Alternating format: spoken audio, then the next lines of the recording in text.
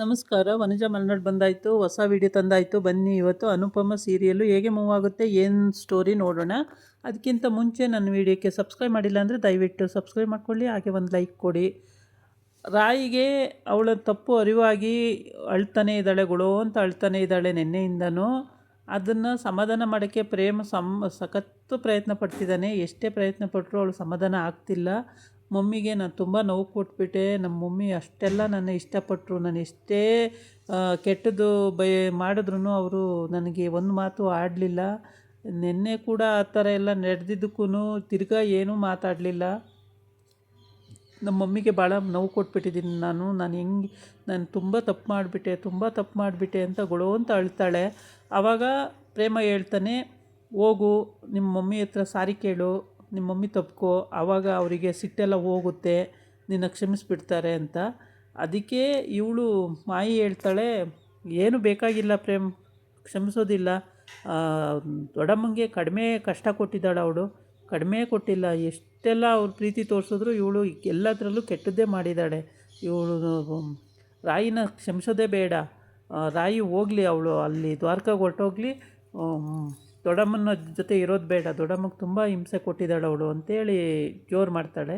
ಅದಕ್ಕೆ ಪ್ರೇಮಕ್ಕೆ ಸಿಟ್ಟು ಬಂದುಬಿಡುತ್ತೆ. ನಿಮ್ದು ಎಷ್ಟಿದೆಯೋ ಕೆಲಸ ಅಷ್ಟು ನೋಡ್ಕೊಳ್ಳಿ, ಪಾಪ ಅವ್ರ ಅಮ್ಮ ಮಗಳು ಅವ್ರು ಏನಾದ್ರು ಮಾಡ್ಕೊಳ್ಳಿ, ನಿಮಗೆ ಯಾಕೆ ಅದೆಲ್ಲ ಕಟ್ಕೊಂಡು. ಅವಳಿಗೆ ಈಗ ನೋವಾಗಿದೆ, ಎಲ್ಲನೂ ಹಾಳು ಮಾಡಿದ್ನಲ್ಲ ಅಂತ ಹೇಳ್ಬಿಟ್ಟು ಅದಕ್ಕೇ ಅವಳು ಪಶ್ಚಾತ್ತಾಪ ಪಡ್ತಿದ್ದಾಳೆ. ಅವ್ರ ಅಮ್ಮ ಹತ್ರ ಅವಳು ಸಾರಿ ಕೇಳಬೇಕು, ಅದಕ್ಕೋಸ್ಕರ ಅವಳು ಇದು ಮಾಡ್ತಿದ್ದಾಳೆ. ಅವ್ರ ಅಮ್ಮನೂ ಪಾಪ ದುಃಖ ಪಡ್ತಿದ್ದಾರೆ. ಅದು ಅವ್ರು ಸರಿ ಹೋಗ್ತಾರೆ. ನಿಮಗೆ ಯಾಕೆ ಅವೆಲ್ಲ, ನಿಮ್ಮ ಪಾಡಿ ನೀವು ಸುಮ್ಮನಿರಿ, ನಿಮ್ಮ ಕೆಲಸ ನೀವು ನೋಡ್ಕೊಳ್ಳಿ ಅಂತಾನೆ. ಆವಾಗ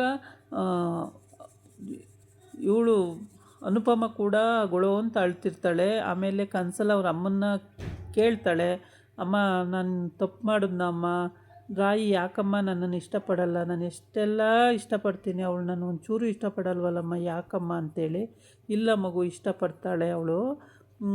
ಈಗ ಅವಳು ತಪ್ಪಿನ ಪಶ್ಚಾತ್ತಾಪ ಆಗಿದೆ, ಅವಳು ಇವಾಗ ಬುದ್ಧಿ ಕಲ್ತಿದ್ದಾಳೆ. ಈಗ ಬಂದು ನಿನ್ನ ಹತ್ರ ಸಾರಿ ಕೇಳ್ತಾಳೆ.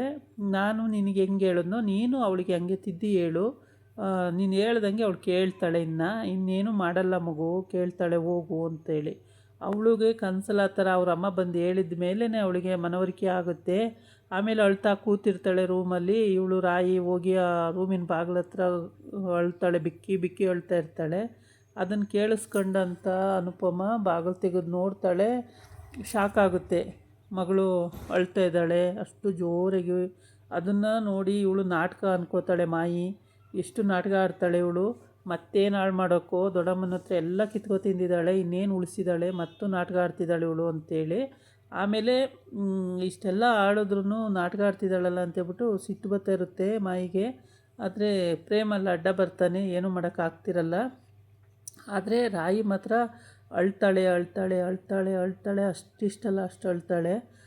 ಮಮ್ಮಿ ಕ್ಷಮಿಸ್ತಾರೆ ನನ್ನನ್ನು ನಂಬಿ ಅವರು ಕಂಪ್ನಿಗೆ ಪಾರ್ಟ್ನರಾಗಿ ಮಾಡಿಕೊಂಡ್ರು, ಆದರೆ ನಾನು ಅದನ್ನು ಉಳಿಸ್ಲಿಲ್ಲ, ಹಾಳು ಮಾಡಿಬಿಟ್ಟೆ ನಾನು ಅಂತ ತುಂಬಾ ವ್ಯಥೆ ಪಡ್ತಾಳೆ. ಅಡುಗೆ ನೋಡಲಿಲ್ಲ, ಟೇಸ್ಟು ನೋಡಿ ಆಮೇಲೆ ಯಾರೋ ಬಂದು ಹೇಳ್ತಾರೆ, ಇಲ್ಲ ಹಂಗೇನಾಗಿಲ್ಲ, ಸ್ವಲ್ಪ ಜನಕ್ಕೆ ಹಂಗಾಗಿದೆ ಅಷ್ಟೇ, ಇನ್ನೆಲ್ಲರೂ ಚೆನ್ನಾಗೇ ಇದ್ದಾರೆ ತಿಂದವರೆಲ್ಲ, ಏನೂ ಆಗಿಲ್ಲ ಆ ಥರ, ಯಾರೋ ಬ್ಯಾಡ್ ಇನ್ಫಾರ್ಮೇಷನ್ ಕೊಟ್ಟಿದ್ದಾರೆ, ಅದಕ್ಕೇನು ನೀವು ದುಃಖ ಪಡಬೇಕಾಗಿಲ್ಲ ಅಂತೇಳಿ. ಈ ಕಡೆ ಅನುಪಮ ಹೌದಾ ಅಂತೇಳ್ಬಿಟ್ಟು, ಆದರೆ ರಾಯಿ ಈ ಥರ ಮಾಡಿದ್ದು ತಪ್ಪು ಅನ್ನಿಸ್ತು ಅವಳಿಗೆ. ಆದರೆ ಹೇಳೋಕ್ಕಾಗಲ್ಲ, ಮಗಳಲ್ವ, ತಪ್ಪು ಅಂತ ಹೇಳೋಕ್ಕಾಗಲ್ಲ. ಸರಿ ಅಂತೇಳಿ ಸುಮ್ಮನಿರ್ತಾಳೆ. ಅವಳು ಬಾಗಿಲ ಹತ್ರ ಹೋಗಿ ಬಿಕ್ಕಿ ಅಳೋದನ್ನು ಕೇಳಿಸ್ಕೊಂಡು ಬರ್ತಾಳೆ. ಬಂದು ನೋಡ್ತಾಳೆ. ನೋಡಿದಾಗ ಅವಳಿಗೆ ಕರುಳು ಹಿಂಡಿದಂಗೆ ಆಗುತ್ತೆ. ಹೋಗಿ ತಪ್ಕೊಂಡು ಅಳ್ತಾಳೆ. ಆವಾಗ ಪ್ರಜ್ಞೆ ತಪ್ಪು ಹೋಗ್ತಾಳೆ ರಾಯಿ. ಮನೆಯವರೆಲ್ಲ ನಿಂತ್ಕೊಂಡು ನೋಡ್ತಾ ಇರ್ತಾರೆ. ಆವಾಗ ಪ್ರೇಮು ನೀರು ತಗೊಂಬ ಅಂತಾಳೆ. ನೀರು ತಂದು ಕೊಡ್ತಾನೆ. ಆವಾಗ ನೀರು ಕುಡಿಸಿದ ಮೇಲೆ ಪ್ರಜ್ಞೆ ಬರುತ್ತೆ.